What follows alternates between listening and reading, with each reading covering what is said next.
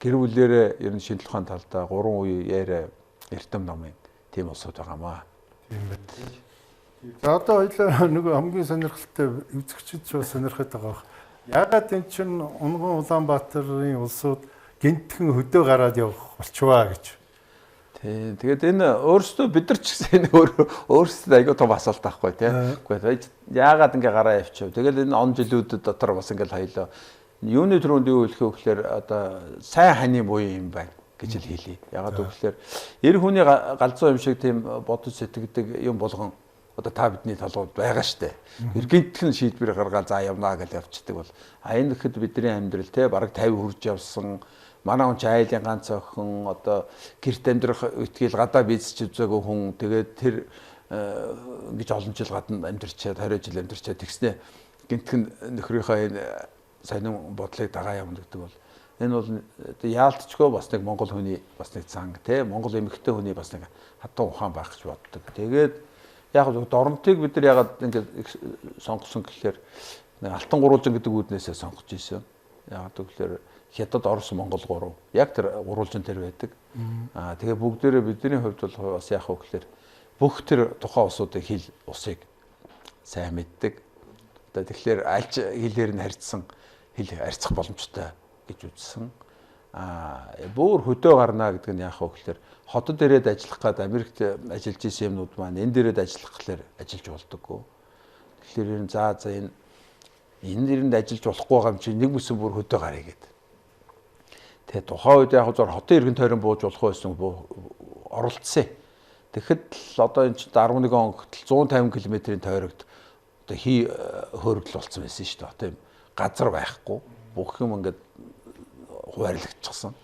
Тэнгүү за нэг үсэ бүр хол яваад тэгээ хэл ус одоо юу байдгийг бүгдийг ашиглая. Тэр Улаанбаатарын иргэн тойрон та бүхэн мал аж ахуй эрхлэх одоо хөдөө аж ахуй эрхлэх. Тэгээ хөдөө аж одоо нэг сайхан 50 амьдрий гэдэг. Одоо хүн болгоны нэг хүсэл байна шүү дээ.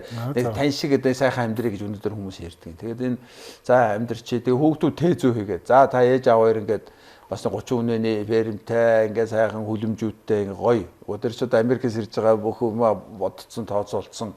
Би ч юм бас 21 мужаар яваад үзсэн энэ эрчимцэн аж ахуй ферм, органик ферм гэдгийг чи жинхэнэ бас судлаад үзчихсэн. Өөрөө ер нь дотроо цаана эхлээд мдэггүй байсан ч гэсэн ер нь тэрэнд их сэтгэлтэй байсан учраас дандаа тийм судалж явсан. Хүмүүстээ уулзж явсан. За ер нь Монголд болох юм байна гэж бодож ирсэн. Гэтэл хурж ирээд ингээд яг амьдрал дээр нөгөө тээзүгөө хийгээд ингээд гараадахсан чинь яг нэг нь бодит амьдрал шинжилгээний хоёр бол үнэхээр худлууны 2 4 хуруу гэсэн бол алд зүрт юм байна. Яг амьдрал дээр бол энэ бараг бүтшгүй зүйл юм байна. За тэгэнгүүт энийг ер нь яах ёстой вэ гэсэн.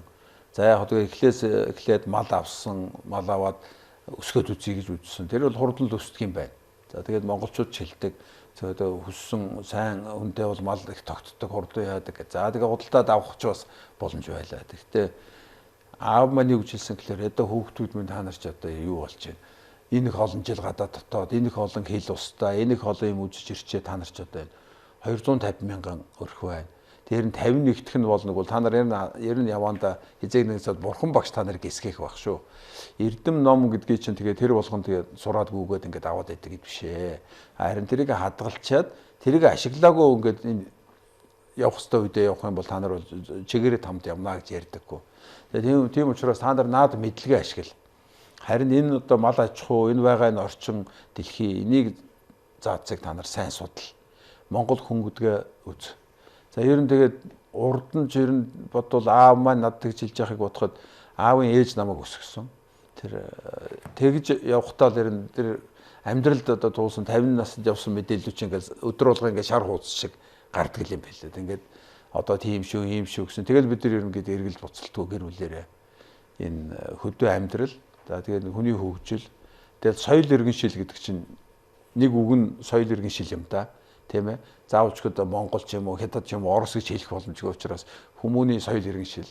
Бид нар өнөөдөр энийг болохоор хүний хөгжил гэж бас нэг арай нэг тийм барууны соёлтой үгэнд оруулаад байгаа. Бид нар бол энэ чинь философч гэдэг яг зүгээр үндсэндээ бол соёлын иргэл байхгүй.